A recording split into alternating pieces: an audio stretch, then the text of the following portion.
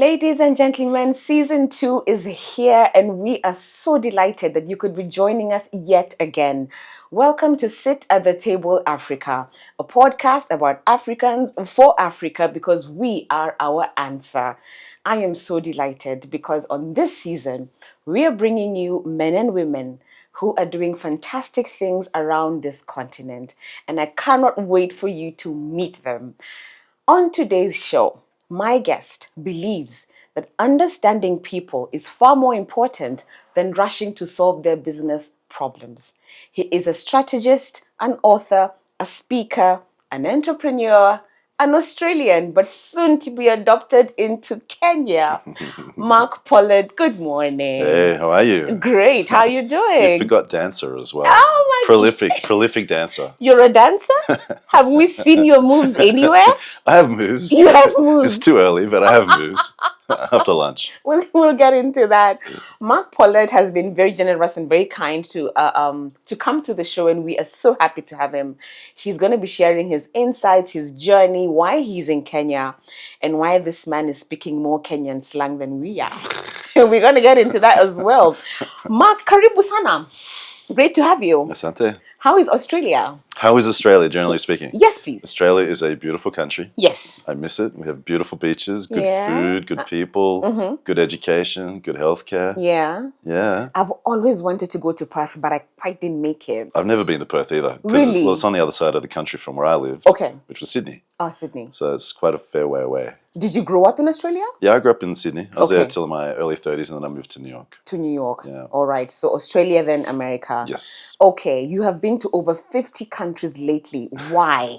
Well, Why are you traveling so much? Okay, it's two reasons. One, that's how I earn money. Okay. So I do events around the world. Last year, I Right. think I must have done 50 events in different places. Wonderful. This year, probably 40 to 50.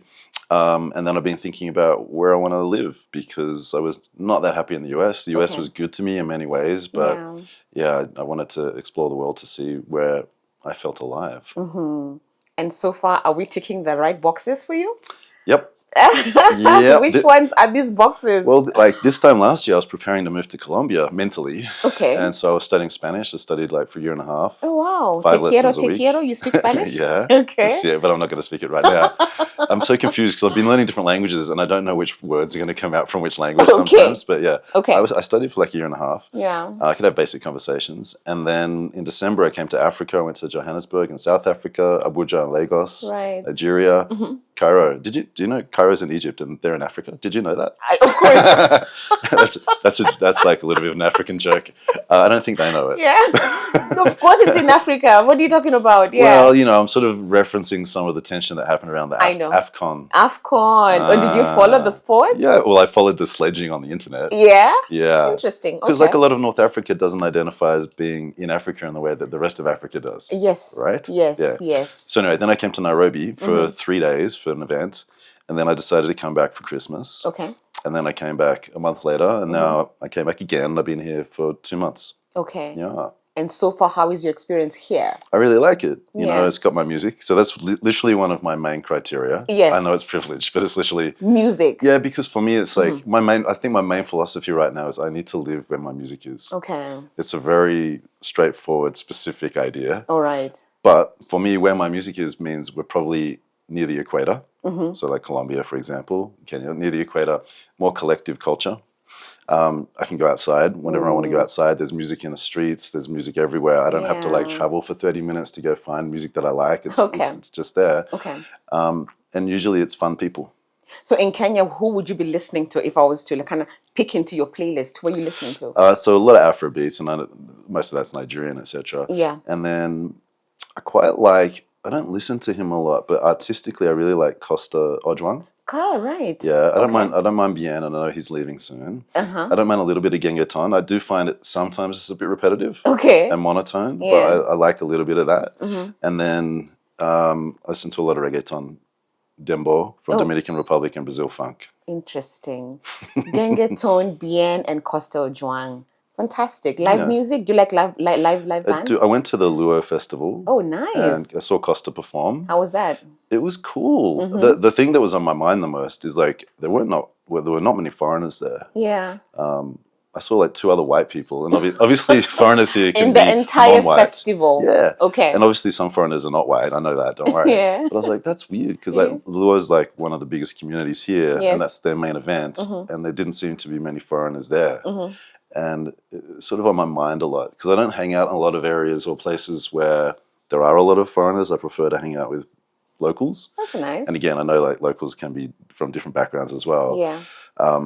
Yeah, it was on my mind that night. Like, Okay. one of the main communities' biggest festival, and where are foreigners? Okay. Why wouldn't you go to something like that to Yeah. experience it? Yeah, It's a very authentic experience. yeah, it's cool. What about our food? What are you liking about our food?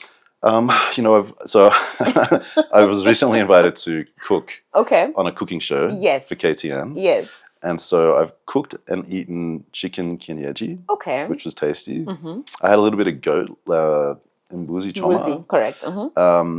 So I had those down in Kitengela. Kitengela. Yes. Yeah, I always yes, forget how to yes. say it.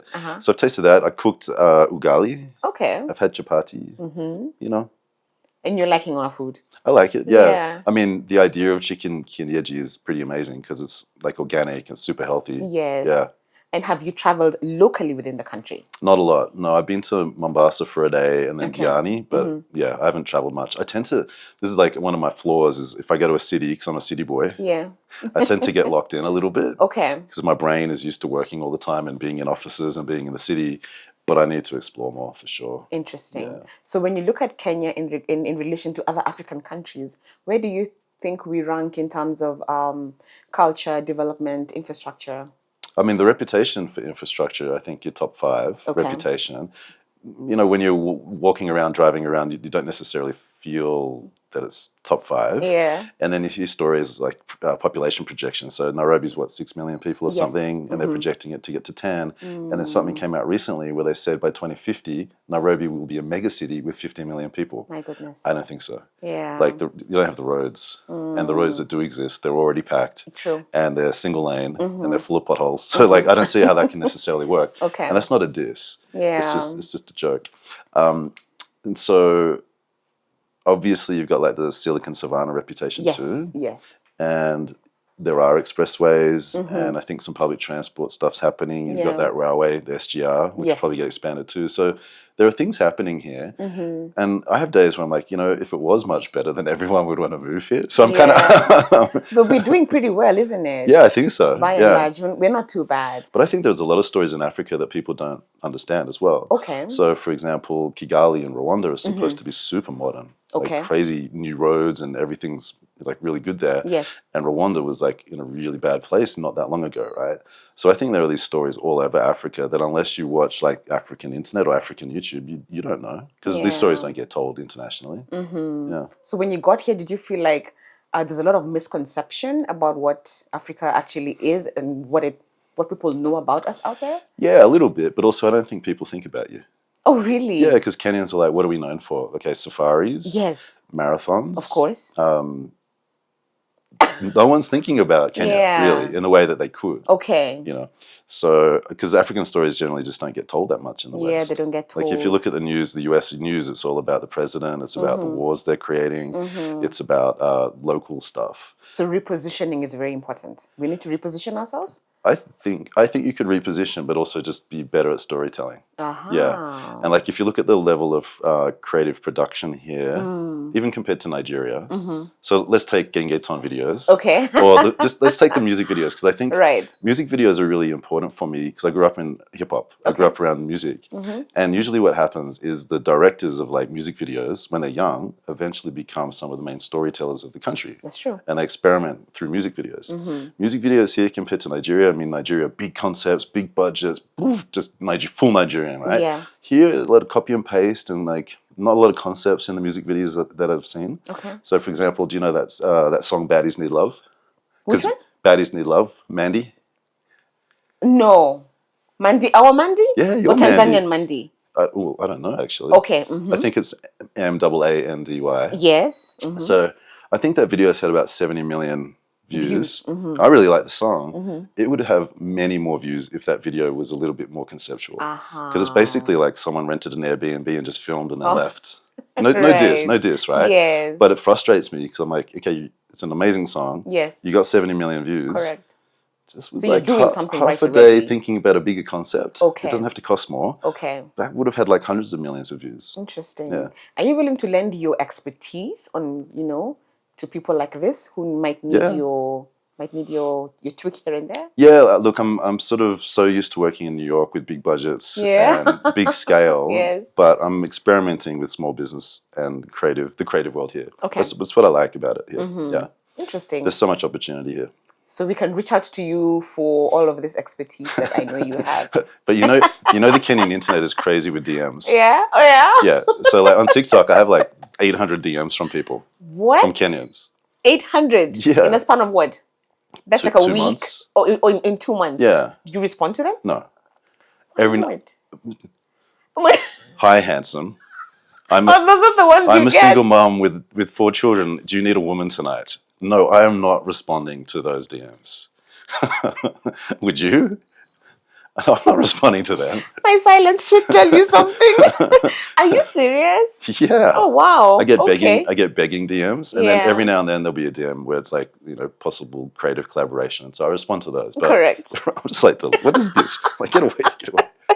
All right. So Mark, let's get into your journey as a strategist. Okay. I know you've done a fantastic book, Strategies, Your Words, and we'll come back to that.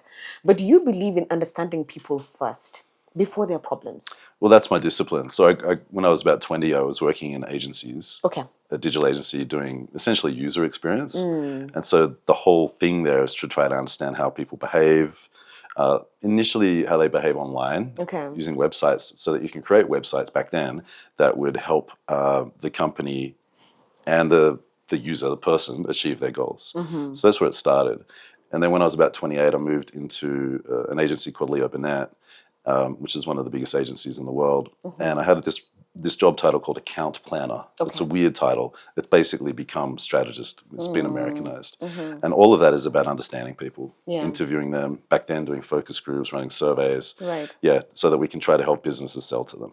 Okay. Why do you think that brilliant ideas never leave the boardroom? What is the problem? What is the gap there? There's a lot of issues there. I think fundamentally, though, boardrooms are conservative. Okay. And people who have ideas are not conservative. Conservative people try to conserve the status quo. And so you just got this little riddle here of people who are not conservative coming up with ideas, trying to sell to people who don't really understand ideas. Okay. So that's like one of the biggest issues, I think. Yeah. But then also maybe the people selling ideas are not good at that either.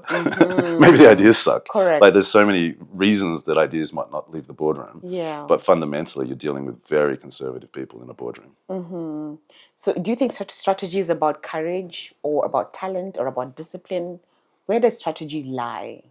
It's about all of those things. I mean, I see strategy as like a big act of optimism. Okay.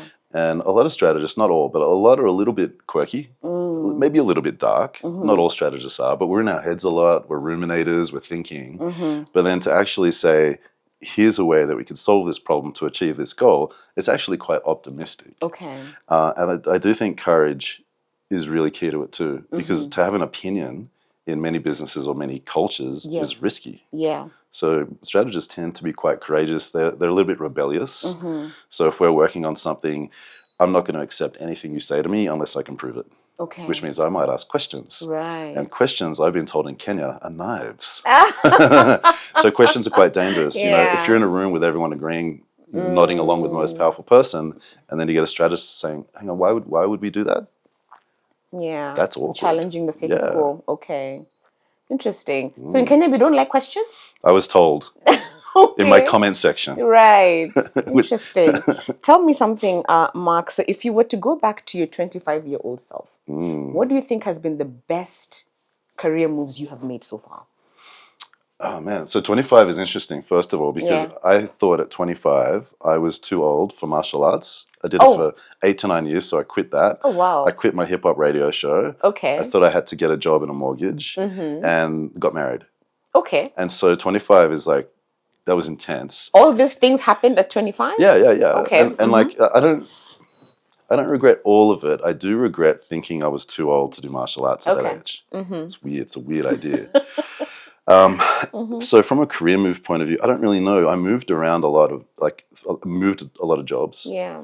because I would get bored. The things that I've stayed longest at working, my own company.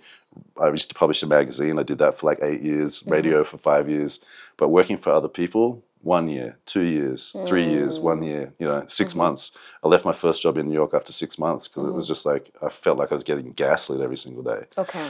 I think moving to New York was good, but I think my family have paid a psychological price for it Right. because New York, you go there to work, it's super expensive and very transactional. So I found it quite hard to build a social circle there. However, now in the rest of my life, the New York story is part of it. Yeah. So it's hard. I don't know what I would tell my 25-year-old self when it comes to jobs. I might tell that person to believe a little bit more in their own businesses. Okay. It was a different time. The internet was really different. Yes. If I was 25 now, Yeah. oh my God. Gee, like I used to work 80 hours a week. Wow. Okay. Yeah, if I was 25 now, I'd be like all over the internet building Yeah. businesses and stuff because you can do so much now that was really difficult back then. Yeah. The world would be your oyster, literally. Well, hopefully. Yeah. Yeah. Martial arts, why? Why did I quit or why did I do it? Why did you do it? I don't know. I mean, Of all the things to pick up, why martial arts? I guess there were a lot of martial arts movies at the time. And so I did a bit of Thai boxing when I was 15. Okay. So I went to a private school, but I grew up in the inner city of Sydney, which was a bit rough. Like I've been threatened by cops, thrown on cars and stuff like that when I was like 15 as a pretty little poetry boy with a shaved head and 2 earrings. And so my area was a little bit rough. Found Thai boxing, did that for a little bit. And then I actually did a martial art called Wing Chun, which is a form of Kung Fu. My good close friend, his uncle was a grandmaster, and he was a senior student to Bruce Lee. Okay. Wow. So I got into that. I did a little bit of Brazilian Jiu-Jitsu. Like if I went back in time again, I would stay with Brazilian Jiu-Jitsu and Thai boxing. Okay. Yeah. Interesting. Okay. So Mark, tell us. So now you've traveled to over 50 countries and now you've made it to Nairobi. You're here in Kenya. Yeah. Would this be a likely potential home for you? Yeah, I literally have all the information about long stay visas. Yes. Much more expensive than I'd like, by the way. Yeah. I think a friend was looking at a long stay visa in the UK. It was about £1,500. Okay. And most of the long stay visas I've come across here are like $2,000 to $4,000, I think, per year, US. And then you have to pay to get some help with them as well. So you're on the costly side. Yeah. But again, I think, if it was easier to come here, then a lot more people would come here. Yeah, true. Would you tell a lot more foreigners to come and invest here? Now that you've been here at least 4 times. I would need to feel secure in my own businesses here. Okay. And I think the ease of doing business here is probably not that easy. Okay. And you have to be able to work the system. And, there's stuff like facilitation fee. There's just stuff that I didn't grow up with. Right. That I need to understand a little bit better. Okay. And I feel like even talking about that, you immediately get into politics, which get me into trouble. But I might be out in Mombasa soon, meeting an Australian friend who's got a bar there and has run bars in Canada, England, etc. And we might do some bar renovations and flip them and document the whole thing on YouTube. Okay. And the first one, if we do what we're thinking we're going to do, we might even give it away to a local operator if they can prove themselves. I think that stuff would go viral here. And that's one of the reasons that I like Kenya. I love the Kenyan internet. I love the comment section. Yeah. Kenya's massive on TikTok. I think Kenya's #1 news consumers on TikTok, Nice. at least in Africa. So I love that energy. Interesting. Yeah. I mean, I'm interested to know, how well do you think we need strategy here in Kenya in terms of our business, in our business landscape? So I do have a point of view on this. I think there's a lot of copy and pasting of businesses here, and there's not enough creativity in them. Okay. I love the nightlife scene here. There's a lot of really cool inside-outside spaces like Bell Box, Gecko Cafe. I mean, I could keep naming them. So I think they're really, really interesting. Okay. And in the programming of the nightlife here, whether it's trivia or comedy, etc., it's coming. It's coming, right? And I don't mean to be patronizing. But if you go to a mall, the stores in every mall are kind of the same. And they're kind of the same as malls overseas. Yeah. So that saddens me, because one observation that I believe this is true, having been in places like Hong Kong and Singapore, Dubai, etc., a lot of the major cities that I visit, they're sort of becoming the same. They're often owned by the same rich people. They're designed by the same rich people. It's the same brands in the malls. And so I think as Kenya grows, I'd love to see a little bit more national focus on retaining the like the local creativity and encouraging that in businesses. Okay. With small businesses here, you know, a lot of people are hand to mouth. Yeah. You know, if you're doing nails or hair, you could be, you know, you got a client now, you get a client in the afternoon, you're traveling. So there's a lot of that. A lot of people at that level in the micro businesses, they don't believe in banks, they don't have banks, they can't get money. Yeah. You know, if you're importing hair from overseas, for example, you might get ripped off from China or Bangladesh, or there could be some customs hold ups, right? Or you got to pay some money. Yeah. So I think all that stuff makes it a little bit more difficult. But the energy's here, the population's here, it's super young, Yes. and that's exciting. Very young. Yeah. Very young. Median age is what, 19 and a half or something? That's true. Yeah. Tell me, are you a morning person or a night person? Oh my God! Lately, I don't even know Why because not? well, I did 2 months of travel.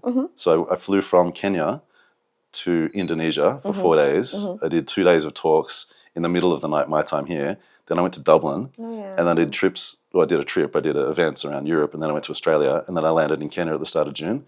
I don't know what I was doing all of June. I was just asleep. Yeah. I was like super exhausted. If I'm in the US and I have my routine, I'd usually be working at 8 or 9 in the morning. Okay. Yeah. You do a lot of speaking engagements. Yeah. Okay. Yeah, I do like 50 plus in a year for sure. In a year. Mostly to young people, business leaders, entrepreneurs. Yeah, like traditionally, or not traditionally, but it's been more people in advertising and marketing. Okay. I'll do an event here in a few weeks where that will be aimed more at small business owners, NGOs, you know, people who run their own businesses or need to express their brand better. So that's a little bit of a different format. But usually I'd say it's marketing and advertising people. Okay. And how do you think you've been received so far? Well, I keep doing it because it's been working. It's been But it working. surprised me as well. I think 3 years ago, I might have done 8 to 10 events in different countries. Okay. And they did well. And I thought, what if I just go, like, what if I maximize this? And then I think the following year, maybe 20, and then last year, 40, something like that. And I never know if the events are going to work. You know, I'd like to have, say, 30 to 40, which can make things break even. Right. But then I've been in places like Jakarta twice now, and we've had about 200 people come. I've had. Lagos was like 200, 220 people. Nice. They dress so well there too. Okay. I was so intimidated. I'm always the worst dressed person at my events. Manila, I had maybe 200, 250 people. Malaysia, 150 to 200. Kenya, the first one I did, about 110. Okay. So, but until I go, I don't know. Yeah. And as you travel, what do you think is the most underrated leadership trait that we need to speak about a bit more? The ability to listen. Okay. Do you think we are lacking in that? Well, a lot of leaders think they have to take up the space, right? And you're probably going to find a little bit more narcissism or narcissistic traits. Correct. At that higher level, and businesses do tend to select for some sociopathic traits as well. So from what I understand in the research, there's like a higher representation of sociopaths in leadership positions because sociopaths need to be able to manipulate people and fire them. So it kind of makes sense. Okay. Yeah. And then those people are not always good at listening. So the ability to listen. Delegating? Yeah, you need to be able to delegate if you're a leader. Yeah. And that's difficult, especially if you're used to running a thing by yourself. So delegate is difficult. And again, not to criticize, but I have spoken to a lot of people who run businesses here, and they do find it difficult to delegate and to have like reliable work done after they've delegated. Yeah. There have been a lot of startups lately, I mean, probably in the last decade, that have come up but very quickly go down. Within a year or two, they have gone down. What do you think might be the problem in your own opinion? Well, I think that's a feature, not a flaw. It's a feature of the startup world. Most businesses don't survive. I think I'll get the number a little bit wrong. I think it's 90 to 95% of businesses don't last more than 2 years or so. And so that's just how it is. And startups are about scaling quickly so that investors can potentially get their money back. Exactly. So that means you take outsized risks. And sometimes it doesn't pay off. It doesn't pay off. There's a lot of unemployment, not just in Kenya, but in Africa as well. Young people reading up to the graduate and master's level, but there's just no work. I've heard. What would you tell us to do? What would be your... like, it's so hard for me to say, generally speaking, what to do if you're in that situation. But if you can, start a business. Okay. Start a business. Start a business with what capital, Mark? Well, you don't always need capital to start a business. It There you depends what go. you're doing. Okay. I mean, okay, maybe you need to register a website URL, set up a website. You could do that for free. Yeah. Registering a URL here, I don't know, what is that, $40, $50 or something? It depends what you're doing. I know capital is difficult to get here, Yeah. and so I know some people who import hair, import alcohol, have online boutiques. And, they'll order like a few $100s worth of clothing from China, for example. But it's a bit of a riddle, that one. So if you don't have access to money, start something where you don't require money, Don't require which it. could be something to do with a service, teaching. If you're a master's student, you could teach, Yeah. or at least try to do content creation. So strategy is how important in business, even for the founder level or the business that is actually doing very, very well. How important is strategy for them? I mean, it's like, how do you run a business without a strategy? How do you play a game of sport without a strategy? Exactly. Yeah. So for me, it's just you have to have it. Yeah, it's critical. Is it important for me to call in an expert or just to wing it and hope that I break even? I mean, like, everyone's strategic, but in different ways. So if you want to date someone, if you want to take the family on a vacation, like, you will have strategies that you will run. Interpersonal strategies, for example. You want to get a job, you're running strategies. So everyone's capable of it. For me, the thing in business is to understand that strategy, in my personal point of view, is an act of creativity. And so for me, if I'm coming up with a strategy for myself or a business, I'm looking for there to be an organizing idea. And I'll give you an example. So even from a football or a soccer point of view, Right. Liverpool FC, their former coach, Jurgen Klopp, his philosophy was heavy metal football. Okay. Heavy metal football, Heavy right? metal football. And that affected his tactics. Okay. But there was an organizing idea there. So if you're in business, it helps to have an organizing idea. What I see passed off as strategy is often not. It's just a bunch of tactics. Like, our strategy is to launch some videos. We're going to launch 3 products this year. We'll try to take care of search engine optimization, etc. Right? They're little tactics. But you need something over it that is a little bit bigger to guide the tactics and to make sure that you're focused. The most ridiculous brief you've ever received? That's funny. Yeah, I don't even know, because Yeah. the question, like, the most ridiculous brief or like the worst brief, I've been lucky to work in good places. And when you work in places with a good reputation, you tend usually to attract clients who get it. Okay. More than not. Right. And so I can't recall a ridiculous brief. I can't recall a bad brief. Usually the briefs are just long and vague. Okay. But again, if you're working in a place where you're attracting high quality clients, then it's self-selecting. When you come into work with an organization, how long do you stay with them before you absolutely meet your objectives? So now I mostly run an education company. I've been doing that for about 10 years. I do a little bit of consulting, but even when I consult, I try to turn it into a training opportunity, because I want to leave people with skills to do the work that we've discussed doing, as opposed to coming in as a consultant, giving my recommendations, I go away and nothing changes. Exactly. So when I was doing a little bit more consulting in my own company, I would try to build my scopes around like 2 weeks of work. Okay. Not months. Or 2 weeks? Yeah, because I get bored. Yeah. And I'm quick. So that's enough, 2 weeks to turn it around? Yeah, like, I'd build scopes around 2 weeks. So it could take a little bit longer. It could be faster. It depends on the need. But when I was consulting more, I literally just wrote a list of things I like to do, things I don't like to do. I developed a few packages, and I kept everything quick. Okay. Yeah. Interesting. Do you think politics is a strategy, Mark? I mean, there's a lot of strategy in politics. Yeah. Yeah, it's politics is interesting right now, because a lot of countries are running a playbook that I think was developed through Russia and Hungary. Okay. So the sort of far right and the more conservative politicians around the world, they seem to all be connected, and they're running the same playbook. And so that's interesting. And there's a ton of strategy. Yeah. And often it's quite quick. Something happens today, boom, what are we going to do about it, right? Exactly. So there could be an overarching, like, long-term strategy, but like the tactics are kind of every hour or two potentially. Okay. What does success mean to you? As a human, I want to be happy. I want to feel alive. I want to feel that before I die, that I lived. Interesting. That's why I dance.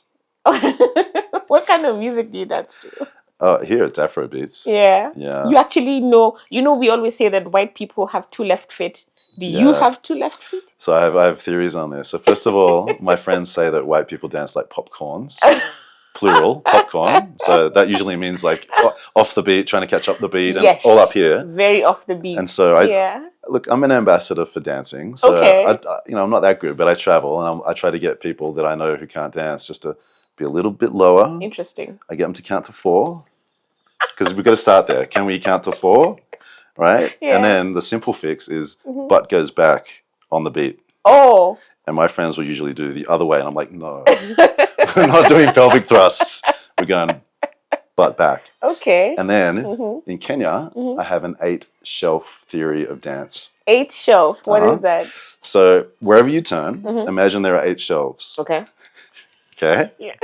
You can do this. So there could be a shelf here, Oh my right? goodness, yes. But there are also doors. Oh my And goodness. you can close it. If I go up, there could be a shelf up there. Is there that could be a what shelf you down call there. dancing?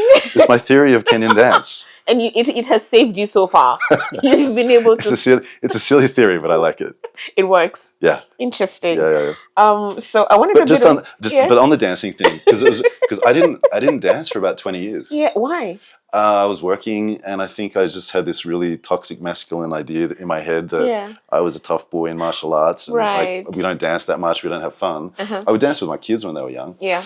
And then about 3 years ago, I was in a rooftop bar in Quito, 4,000 meters up in Ecuador. Like, I did fall in love with reggaeton that night. Okay. So largely through Bad Bunny. Right. And that sort of pushed my mind towards Northern Latin America. Could I live in Colombia? I visited the Dominican Republic a couple of times. Okay. Mexico, Get etc. it. Okay. Puerto Rico is obviously super big with reggaeton, but Puerto Rico didn't grab me as much. Okay. And then I started to dance a bit more. And then last year I went down to Brazil for a friend's 40th birthday. She works at TikTok. And the night before, me and my friend nearly got into a fight with 10 guys in a bar. So I was a little bit weirded out. I was in a weird mood. And then I had to fly the night of her birthday. And I went, and I was the only foreigner there. And I literally went to dance at her birthday with her family, her husband, son, friends, and that. And I just stood against the wall. And then I was like, I'm not doing that again. So now if I hear my music, I'm dancing. Oh, wow. Yeah. So you want to be happy to live and make sure that you are enjoying life. Yeah. That to you is success. I was too serious for so long. I was depressed for a long time. Okay. Very ruminative. And I was not in my body enough. I wasn't having fun enough. I was just in this stressful work life. Yeah, kind of life. That's interesting. Do you think so far now that you've been here 4 times, do you think we enjoy life? Are we too serious, would you say? It's both for me. So Kenyans to me can come across quite stoic and shy. So when I do events Shy? here, Did you just say shy? Yeah. Okay, interesting. When I do events here, because I'm really funny, I tell a lot of jokes, and often the audiences will sit there like this. And we'll talk later, and they'll loosen up a little Are bit. your jokes relatable, Mark? They're pretty funny. Funny, but are they relatable? I'd say like, top 10 jokes for strategists who tour the world, at least top 10. Yeah, like I got people laughing by joking about the 47 different communities and tribes here. So I was like, okay, I've got to do more specific stuff. Exactly. I've got to find some Nyama Choma jokes. Okay. Some Mbuzi Choma jokes. Okay. I'll get there. We'll get there. But generally speaking, the faces in the audience are quite stiff initially. And then if you play music, everyone dances. So for me, it's serious and stoic. And I think some of that is about manners, like being polite. Yeah. And then for the older people, they probably grew up in a time where you were not really supposed to have public opinions as well. So you had to be closed to keep you and your people safe. Yeah. I've thought about this a lot. Yeah. Okay, interesting. I see you have a bit of quick fire. Can we do that? Yeah. Fantastic. What do you think, is AI a friend or a foe? It's both. Why? I think it depends what you're doing in life, but AI is pretty quick with analyses, ideas. If you're a writer, you can share your words with it. I don't get it to write for me. Okay. From being a foe, a lot of people are losing jobs right now. And, it's weird because you get people like Elon Musk saying stuff like, you won't need to work in 10 years. You won't need money in 10 years. He's not a socialist, so I don't know how people are going to eat. But he attributes this to AI and all the stuff that's happening. Okay. So friend and foe. Friend and foe. Best book you've read this year so far? I've not read any books this year. I've been dancing a lot. Oh my goodness. One word your team uses to describe you. So when I was managing teams and agencies, I used to use the word provocative a lot. Okay. So they used to tease me about that. Yes. Like, we need to come up with something provocative. Okay, that's what you like. Yeah. If you were not a strategist, what job would you be doing? Writing. Writing. Or teaching. Or teaching. Which is what I do now. Teaching. Yeah. I've taught everything I've done. At what level? I mean, I did martial arts, then I taught martial arts. Oh, yeah. And the music industry, I did conferences and I brought people in to teach people about releasing music. So my mum was a teacher. I'm a student. I love learning and I love teaching. So whatever I'm into, I could teach. Okay. Yeah. Best meal that you can cook? Look, you took a sigh, a deep one. Why? well, like, I'm not strong in the home. I'm not strong. I'm a little like... If you entered a kitchen right now, what would you make? It's probably something to do with eggs or chicken. Oh my goodness, okay. I like an omelette. Okay. So Kenyan music, you said Gengetone. And artists, you said Bien and Costa Joang. Interesting. Favorite meal so far? In Kenya? Yes. I did like making the chicken kienyeji last week. Okay. I feathered a chicken for the first time. You feathered the chicken? I got help from with the hot chef. water? With the hot water and everything? we boiled it. Yeah. And then I'd never done that before. You blacked it. Yeah, I even stuck my hand in and I was nervous it was going to disappear, but I got it back. I pulled all the stuff out. Why would it disappear? It's a small chicken. It was a silly thought in my head. I was like, what if my hand goes in and it doesn't come back? And doesn't come back. It would suck to lose a hand that way. Oh my goodness. You know, like, if you're going to lose a hand, do you really want to lose it inside a chicken? No. You're just going to pull out the entrails. That's it. Yeah, it's not even a good story. Like, if you lost your hand inside a shark. Oh, yeah. That's cool. That's a story. Okay, tell me, one place you'd like to go to within Kenya you haven't gone so far. Oh, I want to go to so many. Can I say more than one? Yeah, go ahead. So I want to go to Tigoni, Nakuru, Kisumu, Kisii. I do want to see like Malindi, Kilifi, Lamu, all those sorts of areas. What's stopping you? I get stuck. Yeah.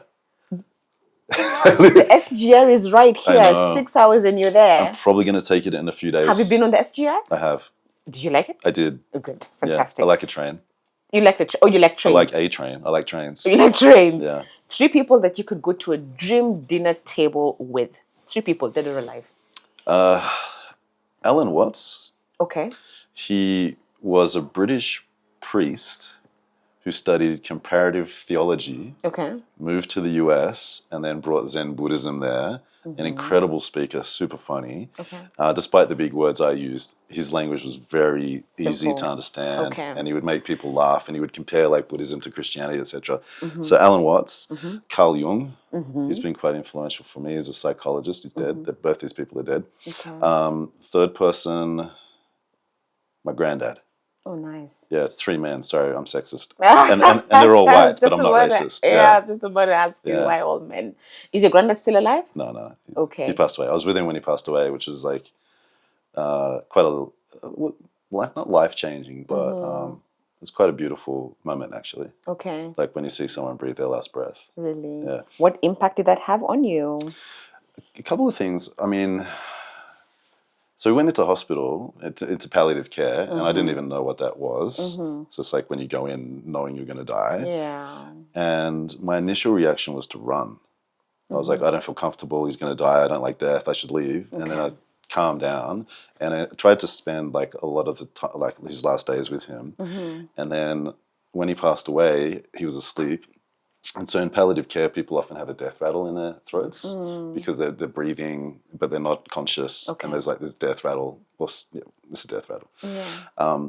And on the last day, he opened his eyes, went up like that, looked at me and my auntie, and then went, and it was really beautiful. I massaged his feet. He was a big guy. He was quite successful, a big guy. Yeah. I didn't grow up with a lot of physical touch. Okay. I hear that's a thing in Kenya too, not a lot of touch or PDA. But I massaged his feet while he was asleep. I wrote poetry next to him. And I think it just helped me understand death a little bit better. Okay. Yeah, that it can be a beautiful experience. Yeah, interesting. Sad but beautiful, yeah. Sad but beautiful. When do you feel most alive? Dancing. Other than dancing? Stand-up comedy. Oh, really? Yeah. Have you tried any of this? No. People ask because I'm really funny, obviously. Are you really? Yeah, I don't know. Yeah. I mean, I talk for hours on stages. I'm relatively quiet, but in public I'll talk for like 4 to 8 hours sometimes. Okay. Stand-up comedy is quite intimidating. But yeah. I also used to love, when my kids were younger, just wrestling with my kids. I always felt alive doing that. How old are they now?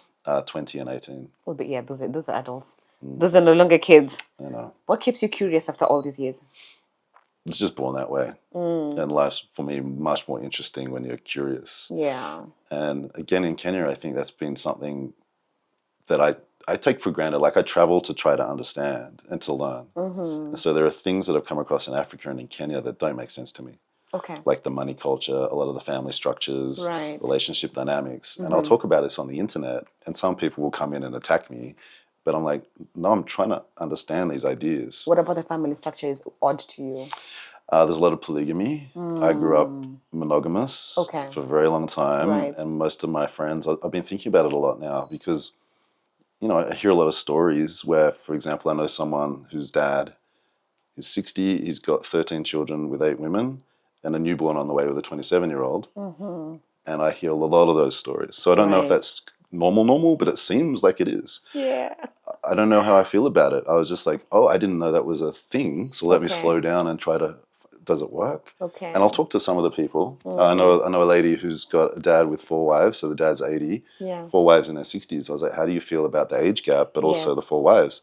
She said, as long as he takes care of them, it's okay. I was like, okay. I'd never had to think about it in my life. Okay. So it's not like from an outsider judgmental point of view, maybe there are things going on here that I need to learn from. And interesting. I like that you are open to learning because the culture, of course, that you grew up in and here is totally different. Yeah. It really is. It really is. But that's why you travel, right? Yeah. Why travel if you just want to stay the same? That's true. If you're going to be a foreigner here, like, why do you just hang out in places where half the people are foreign? True. I don't know how you feel about this. I'm going to be a little provocative. Go ahead. I've been talking about this with some friends, and a friend said to me that it's like apartheid without the rules here. Is that true? A what? Apartheid Oh, without the rules. Oh, wow. Oh, that's a strong statement. That's a strong Yeah. statement. This person makes strong statements. Yeah. How do you Oh, feel yeah. about it, though? Provocative. Dicey. Dicey. I don't know if I want to get into that, but that's dicey. Okay. But apartheid without the rules. Well, with what's going on, with what is happening in South Africa right now with the whole xenophobia, of course, I think we need to be more accommodative, just more love and more understanding of each other. Because at the end of the day, what are we all trying to do? Just trying to get by and do your own thing. So if you could be more accommodative and understanding of one another, that would solve a lot of these problems that we have. Yeah. I'm curious about this because, you know, you've got 47 different communities at least. Correct. At least. At least, yes. Not including some of the sort of immigrant Yes. communities. So it's probably More. 60, where some of those immigrant communities are quite substantial, in Yeah. the tens to hundreds of thousands in Nairobi. And so it's yeah. And from what I understand, not to get into politics that much, but Yeah. a lot of the sort of the political dynamics and electoral dynamics can depend on which community you're part of, Correct. right? So that's, you know, when you talk about sort of coming together, being more accommodating, Yeah. I agree. Like, Kenya would be more powerful if it saw itself as Kenyans or as like just one community. I remember studying US history in high school, and one of the reasons that I was told that the indigenous populations in the US, well, pre-US or whatever, I don't even know if I'm getting this correct. One of the reasons they struggled is because they saw themselves as separate, fighting each other and the foreigners. But if they'd united together, then maybe things might have been a little bit different, technology aside, right? Yeah. So for me, there's an interesting moral or an interesting story there that Kenya might benefit from Okay. understanding. Interesting. What keeps you up at night? Usually my brain. Okay. which part of it? Yeah, tell me. Yeah, like, you should see my to-do list. You know, I'm running a business. I do events around the world. I have to travel. I can get a bit anxious a week or two before I travel. Okay. And then when I hit the road, like let's say December I did maybe 2 weeks of events, but in 1 week I did 6 events in 7 days in 6 countries around Africa and the Middle East. Okay. That's exhausting.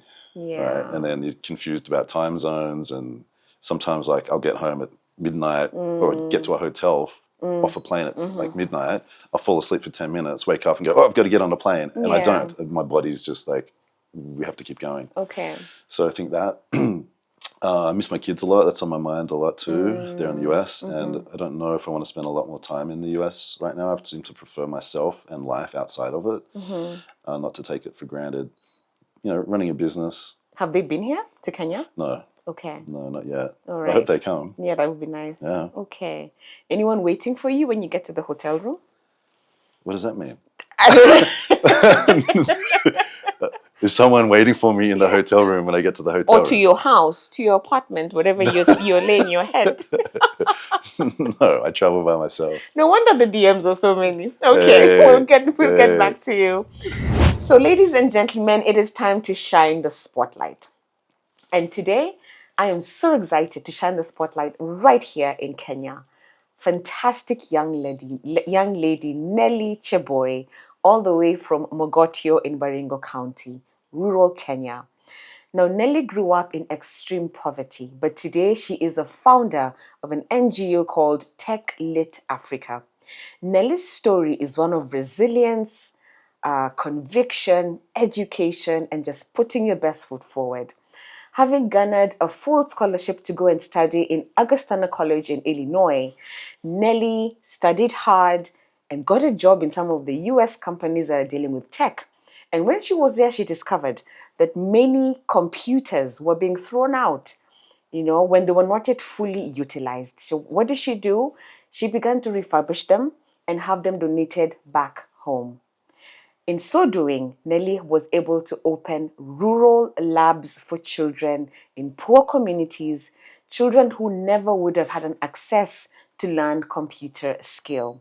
She has created employment because many teachers are now teaching these young children. She's changed the lives, the vision, and the scope of these young communities. Nelly, we celebrate you from your upbringing of a poor background all the way to the United States, having opened an NGO that is doing fantastic work in rural communities. We absolutely celebrate you. Keep going, Nelly. We would love to have you on the seat. Come and tell us your story about how you have changed the lives of so many young people through your company, Tech Lit Africa. Well done. We celebrate you on Sit at the Table Africa.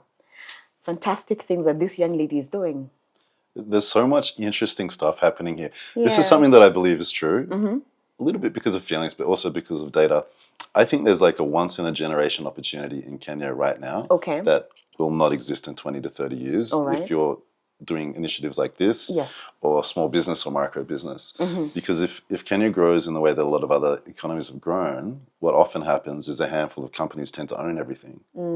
Here, lots of opportunity in agriculture. It's not easy, I know, but lots of opportunity. Tech, and basically any industry, I think there's a lot of opportunity. Yeah. And it won't be like this in 20 years' time. Interesting. Mark, tell us about this beautiful book, Strategy is Your Words. So I wrote it around 2018. Okay. I raised about $37,000 US on Kickstarter for it in 2019. And then I published it just after COVID lockdowns started, printed it, in China, and had it shipped over. It's a book that has two parts. Yeah. The first part deals with words that strategists use Okay. to describe themselves, or sort of words that have something to do with the mindset of a strategist, stuff like clarity, imposter syndrome. And then the second half is the material that I usually teach at my events, but written Okay. to teach people how to actually do strategy in advertising and strategy with brands. It's one of my favorite things that I've ever done. Where do we get this book if we want to read it? So you can get it on Kindle, Okay. which I wasn't planning to put it on Kindle. Yeah. And then you can buy it from www.sweathead.com. Sweathead. Interesting. Yeah. Strategy is your words. Tell us something. If you were to sum up your journey so far, what would you sum it up as? Let me tell you about the state of mind or the state of the journey now. Okay. I have these days where I feel like I'm a comet flying into the sun. Right into the sun. That's how I feel Okay. sometimes. Yeah, like I'm sort of wound up and I just keep going country to country, adventure to adventure. Yeah. And that's kind of to relieve a lot of the depression and stress that I felt just being locked into jobs and more of a busy life. So that's how I feel. When all's said and done, I'm a bit of an intellectual adventurer, I think. Yeah. Okay. An intellectual adventurer. Yeah. Are you slowing down anytime soon? I would like to, and yet this week I literally need to plan about 20 events in the next few months. Wow. And that's why I'm looking at the long stay thing here, because there's a different version of reality for me in which I slow down. For some reason, in my YouTube algorithm last week, I started to get a lot of slow living videos. I got one from an amazing creator in Kisumu. Then I watched like 15 of her videos. I always forget her name, but it's Moriki Mara or something. I'm getting it wrong, but she makes these amazing videos. She's out in Kisumu. I think she makes maize and she just films her days. It's really, really beautiful. And then all of last week, I was getting farm content in YouTube. Okay. And so I'm sitting there going, is the universe speaking to you? Yeah. I'm learning about aquaponics and hydroponics and chicken farms in Kenya and Africa and the Philippines. I'm like, should I do that? I don't know. Why not? Yeah, I could maybe. And so I need to slow down because I have been exhausted for months at a time. I'd say last year I was jet lagged for 4 months. It's quite exhausting and you pay a mental toll for it as well. Yeah. Talking of mental toll, how do you detox? How do you just kind of rest and woosah your system? I'm not that good at it. If I can go to the gym, about a year and a half ago, I was the strongest I've ever been. And then I was on so many airplanes, eating so much airplane food last year that I've lost my strength. Gym is really good for me. Okay. Dancing is really good, although that doesn't usually involve detox because there's usually some drinking involved. I used to love going for long walks around Central Park. Okay. And so when I set up my company, even on a weekday, I might go for a walk, which would be 2.5 hours for one lap. Sometimes I would do 2 or 3 laps. Like if I was really stressed, I would just say to myself, we're going to walk all day. So I might do that a few times a week. And the thing about walks is it turns on the parasympathetic nervous system and helps us relax the executive functioning of the prefrontal cortex. Oh my goodness! No, sorry, I'm just showing off. But allows the brain to kind of create patterns, and those walks were often very productive. The productivity drug of the USA is something that I'd love to get cured at some point. So last week I think I technically worked about 8 days in a row. Okay. Everything from say 2 hours of making content, filmed 2 television shows, went to a conference, did two things there. Right. My brain says I should be in front of a laptop for 60 hours. And so even last week, I was feeling really guilty, but I was doing pretty high leverage work.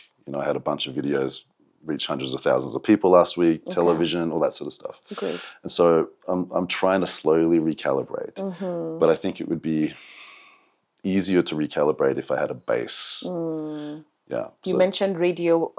You were doing hip hop radio, isn't it? Yeah. Would you do radio here in Kenya? Yeah. You would? Yeah, I'd love to get involved with the media here. My goodness. One of the reasons I'm here is I love the internet culture here. I love the media environment here. And I think there's opportunity to do interesting stuff that I don't feel in every country I go to. Yeah. There's energy here. I just went through Europe and it felt flat. And I think having been to Latin America and for me, Black Africa, Sub-Saharan Africa, Latin America, and more for me towards the equator, right, and what I call Black Africa, they're 4-dimensional for me. Everywhere else feels 2-dimensional after I've spent time in some of these places. Okay. Yeah. But yeah, I'd love to do media here. Interesting. Yeah. So then this is clearly maybe going to be your base. It's leaning that way It's now. leaning toward... But it's scary. Why? I moved from Australia to the US. Okay. That was kind of scary. And now to move here, and it's so far away from my kids. Yeah. That it's scary, like the logistics of it, the costs of it. But I don't know. I do like going outside here. Okay. Okay. So as you're thinking about that kind of move and maybe solidifying your base here, what would be the one thing that you would like to tell someone who's listening to you and thinking, I would love to do that business. I would love to make this jump or this leap into something, but I'm a bit scared. Well, first of all, you have to know and remember that nobody will do it for you. And people around you might not even know how to support you. They might tell you not to do it. And so you really have to believe the confident voice in your head. So I think you need language, like words that you can say to yourself. And so because I used to have to talk myself through running a business in New York. It's really expensive to break even on having a family in New York. And I would go for those long walks around Central Park and I would talk to myself. You know, I had a phase of doing a bit of meditation and yoga, and so I'd pick up language. You know, this is corny for some people, but like the universe will provide. You know, you are where you need to be. And the thing is, if you're working for somebody and then you run your own business, all of a sudden you don't have much to complain about. When you work for someone, you have a lot to complain about. Absolutely. When you're out there by yourself or running a company with a team, you just have to keep solving problems. What else are you going to do? You have to launch. And as soon as you shift into that mindset, which could take a few years, then you realize like how energetic being an entrepreneur is. And that can fulfill you or it can feed you if you need that sort of energy. So no one's going to do it for you. And then I think a few of the other ideas that are useful are if you're playing a long game, so play a long game, and then you're just placing bets. And try to place informed bets. But if something doesn't work, okay, that's information. Okay. Because something might work in an unexpected way, also information, but you don't get to sit on your hands. You have to keep going. So I quite like that. In chess, there's a concept called zugzwang. I'm probably getting it wrong. But in chess, you have to move. Yes. Right? It's like it creates attention. I think it's called zugzwang. It's the same in business. You have to move. You have to move. But also you can move at a different rhythm. So the metaphor that's been most useful to me in the past year or so has been, I tend to live like a lion. Lions sleep a lot. Yeah. They walk around and then they pounce. And that is how I'm starting to see how I operate, which could be maybe I have a day or two where I feel guilty that I'm not being super productive, and then I go film a television show. Yeah. And then I'm exhausted. Or maybe in a month I go to 15 cities that I've never been to and I do events. And then I need a month or two to kind of get some sort of center back, which is super difficult. And so I think if you're running a business, it helps to understand the pace at which you're going to work. You know, if you're running a restaurant all the time, that's different from what I do. But think long game, place informed bets. Everything you do is an opportunity to learn. And then if you have that attitude for life, you just keep going. Keep going. Yeah, you mean you cannot give up. You cannot just decide to stay stuck and throw in the towel. No, because over time, if you're running a business, that's who you are. Yeah. You're someone who runs a business. And I think also thinking through language. So I started to identify more as a writer over the past 10 years. And that's in spite of having written for 70 plus magazines, published a magazine. I used to write a weekly column in multiple newspapers and magazines back home. Okay. But I didn't really call myself a writer. And then over the past 10 years, I was like, no, I'm a writer now. And if I ever get stuck in life or confused, what does a writer do? A writer writes. Yeah. It's really easy, you know? So that's, words are quite important for me because they help me get back on track or do new things that I love. Have you seen how hardworking we are as a people? I see the crowds walking to work in the morning. Yes, you have seen that. Oh, yeah. As early as, 4 in the morning? Yes. 5 in the morning? I've seen that, for sure. You think we are hardworking people? I think so. I don't have enough experience to say yes or no. Okay. Yeah. Okay. What do you think is our strongest trait? Kenyans? Yes. I was going to say family. And then I was thinking families are complicated here. But maybe that's fine. Okay. Yeah. Yeah. I was going to say family. Yeah. You're very good at nightlife too. We're going to find you in bars and nightlives and that kind of space, won't we? Okay. Open a martial arts studio. I mean, we would love to see that. I haven't trained since I was 25. Okay. Yeah. Okay, but you remember the basics. And martial arts as a business, it's not easy, right? Because people tend to sign up for 2 or 3 months and then they disappear. And then they disappear, okay. Yeah. And then you get a handful of people who stay on. And so I think that's a business that's very human intensive like that. It's not really what I would do, although I like the event space. Okay. And again, Kenyans go outside. There are a lot of amazing event spaces here. So yes. Yeah, I would do something there in that before space. Something like martial arts or Pilates or something. Yeah. Okay. I'm also interested in the beauty space. Oh, okay. Yeah. What about the beauty space? Well, Kenyan women like to do beauty stuff. Yes, we do. So that's interesting to Okay. me. And again, Okay. because I see some of the malls and I see what's out there, there's a lot of people who are really good craft-wise with hair and skin, etc. A lot of them are living day to day as well. Yeah. But I think there could be some more interesting concepts in the beauty space because most salons are kind of the same. Yeah. You know, the customer service is fine. The seats are the same. You get the same stuff done. Okay. But I think if you look at like some of the pain points that exist in that space, some of the behaviors, then I think there's a role for a more creative approach to businesses in the beauty space for sure. Okay. I hope they're listening. I hope they're listening. I've had you talking about a lot. I've had you speak a lot of Kenyan Sheng in your videos. Okay. Who is teaching you? I got people. I got people on the streets. You got people who are teaching you. So, like, what is your favorite word? Just throw me something. Well, man. So I started to make these videos about KC. Yes. Kenny Kane. And friends would give me lines like, "Ingene mwecheche, mbweche, mbaya." And I know, that's not Sheng, I know. But now people say those words to me from matatus. Okay. Yeah. Have you been in a matatu, of course? No, but I need to. Why not? I don't know. I get stuck in my little head. Yeah. And then I just, yeah. We need to make sure that happens as soon as possible. You'd love it. I'm available for Ma 3. Oh my goodness. That's Sheng, right? Yes, it is. It is Sheng from Matatu. Yeah.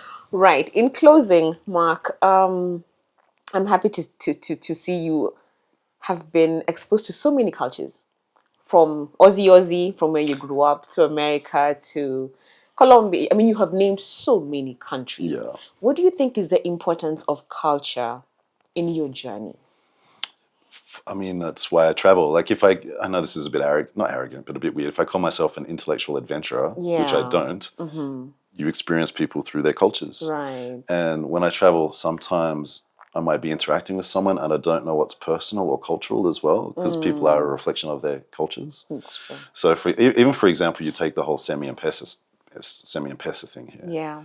I don't want you to ask me to send you Mpesa. Don't talk to me about money. I don't know you. Okay. But here, semi-Mpesa, 7,500. We do that? Yeah. Yeah. That's a cultural thing. Yeah. That really annoyed me. Okay. It still does.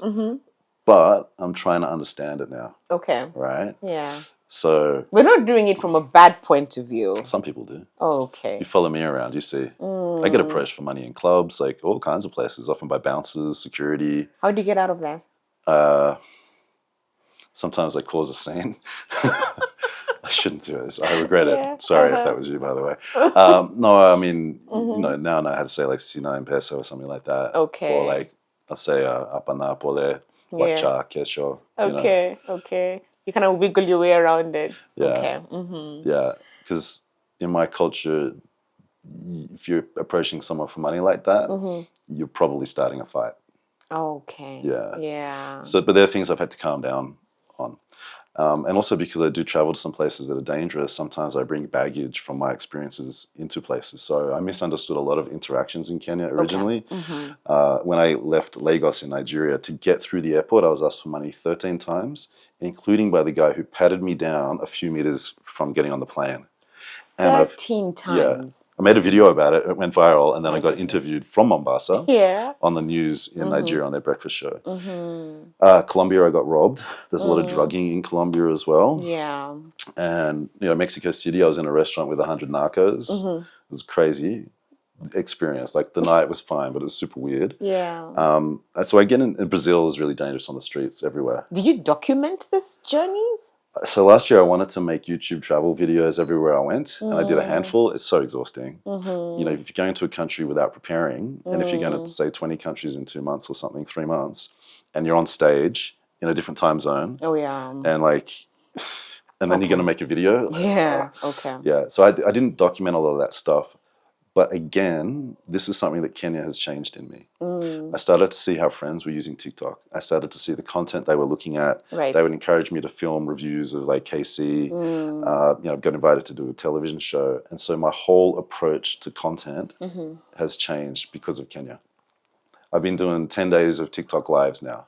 We are so happy to be in that. You have given us that huge accolade. That is it's great. true. Yeah. Kenya's changed me for sure. Yeah. Yeah, like it's cute here. There's like a lot of gossip, hot take, like gossip and hot takes are really big on TikTok. Yes. And so I started to not mimic, but I started to try to find my own little way in, Exactly. as opposed to trying to be like a serious strategist. Okay. Yeah. And it's working for you.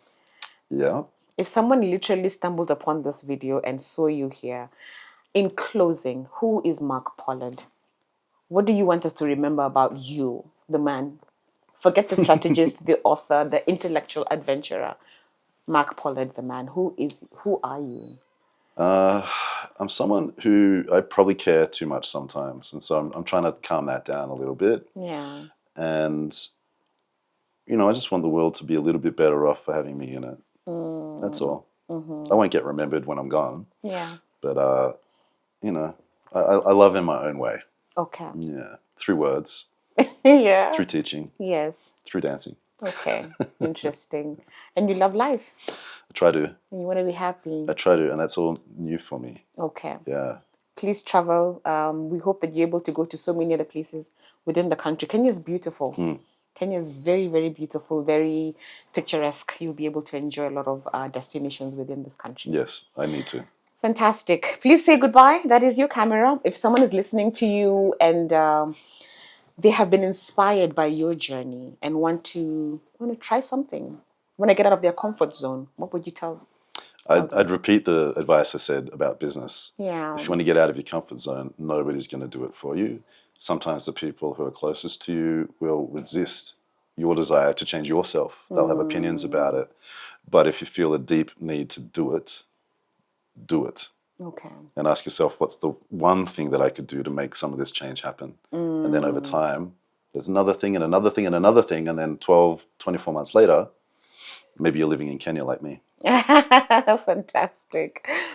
Lastly, our signature question from season 2 moving forward. If you could nominate one person to come and take the seat after Mark Pollard has been here, who would it be? Yikes. One person. And it's got to be someone we can find. So one person, please. Yes.